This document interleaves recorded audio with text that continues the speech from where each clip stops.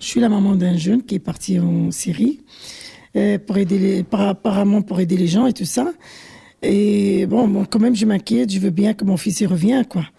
Mais maintenant, elle m'appelle de la Turquie. Elle m'appelle de la Turquie qui sont en train d'aider les gens et tout ça. Mais moi, j'ai peur parce que... Alors, est-ce que votre fils, avant de partir, il vous a prévenu qu'il allait partir en Turquie? Non, elle ne m'a pas prévenu parce qu'elle sait très bien que je ne vais pas le laisser.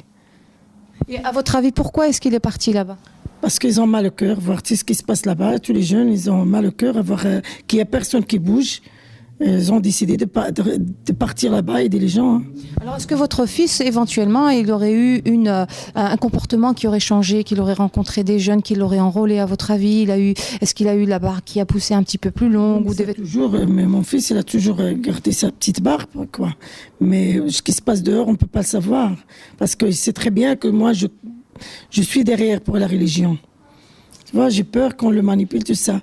Alors, je ne peux pas savoir ce qui s'est passé dehors, mais je connais mon fils, c'est pas quelqu'un de méchant. Et je sais qu'il est parti là-bas pour aider. Parce que même maintenant, hier, il m'appelle, il me dit, maman, essaye de trouver de l'argent, des habits, de médicaments pour les gens ici. Ils sont dans des états très, très difficiles. Votre fils, il a quel âge?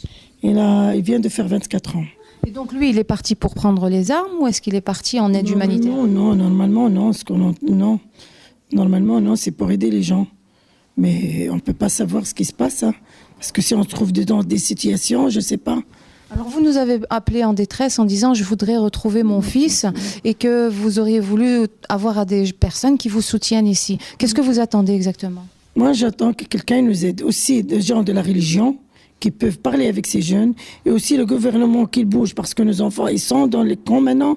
Je sais qu'ils sont beaucoup qui sont dans les camps de réfugiés, et je veux que quelqu'un nous aide à aller les chercher.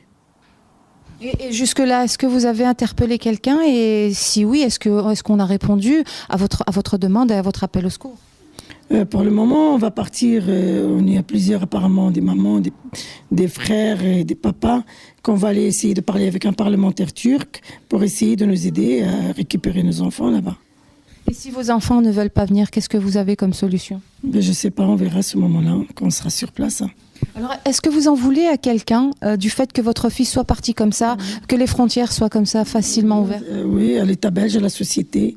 Parce que bon, la plupart des jeunes, ils ont essayé de s'en sortir. Et moi, mon fils, avant de partir, il a tout essayé. Il a fait des demandes de travail. Il a même été pour faire sa jurée centrale. Il jouait le foot. Il trouve toutes les portes fermées. Pour finir, même dernièrement, il m'a dit, maman, je suis plus utile là-bas qu'ici. J'aide les gens. Là-bas, j'arrive rien à faire. Mon fils, il n'a jamais souhaité d'être au CPS. Pour finir, il s'est trouvé dedans. Alors vous dites que les portes sont fermées, ça veut dire quoi? Qu'il a subi des discriminations? Bien sûr, il a toujours subi des discriminations. Quand il était jeune à l'école avec une prof, et au foot, il a toujours eu des entraîneurs qui l'ont vraiment maltraité. Il y avait même un entraîneur qui l'a appelé des cafards, et on a qui a appelé des macaques, et ça a été un peu... Il a fait des problèmes.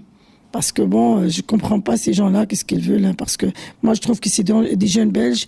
S'ils réussissent, c'est pour le bien de la Belgique. Ça reste toujours des enfants, des jeunes qui vont vivre ici. C'est tout ce qu'ils vont réussir, ça va être pour la Belgique. Parce que c'est des jeunes qui vont leur être utiles quand ils seront vieux. Et aussi pour leurs enfants et pour la société. Alors, vous avez décidé maintenant de partir avec un groupe de mamans pour aller voir vos enfants. Est-ce que vous avez un soutien quelconque de qui que ce soit donc, pour aller jusque là-bas? Vous n'avez pas peur que les choses tournent mal? Moi, pour mon fils, je serais prête de faire tout. J'ai pas peur. Et pour le moment, on n'a apparemment que le parlementaire turc qui va nous aider. Ici, il n'y a personne qui bouge. Tout le monde veut juste dire oui, c'est des terroristes, c'est ça, sans rien savoir de ces jeunes. Alors, est-ce que vous avez peur qu'on entache aussi votre réputation ici? Bien sûr, bien sûr. Qu'est-ce que vous pensez de ce que vous entendez dans les médias, dans les journaux? Ça fait peur et ça donne envie. Comme on dit, mais à nous, on est grands, on peut... Mais les jeunes, quand ils entendent ça, ils vont avoir que de la haine vers ces gens-là. Hein, parce qu'on les accuse sans savoir qu'est-ce qu'ils sont partis faire là-bas. Et déjà, moi je trouve pour l'État belge, qui voit tout ce qui se passe en Syrie, qu'il y a beaucoup de morts, qu'il y a des gens qui sont morts, des enfants, et ils ne bougent pas en disant qu'entre parenthèses, il y a des terroristes, on peut dire 50 ou 60 personnes qui vont faire peur à l'État belge. Au lieu de bouger et aider ces gens-là, ils sont là juste à accuser les jeunes.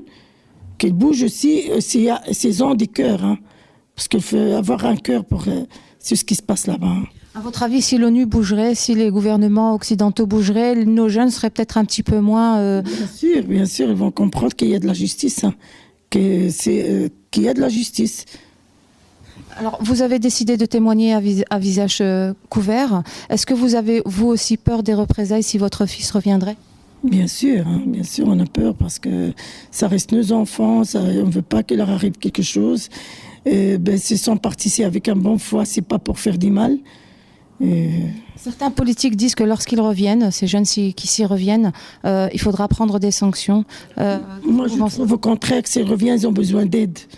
Pas d'être accusés ou discriminés. Au contraire, ils ont besoin d'aide parce qu'ils ont vu des choses qu'à leur âge, ils ne doivent pas voir.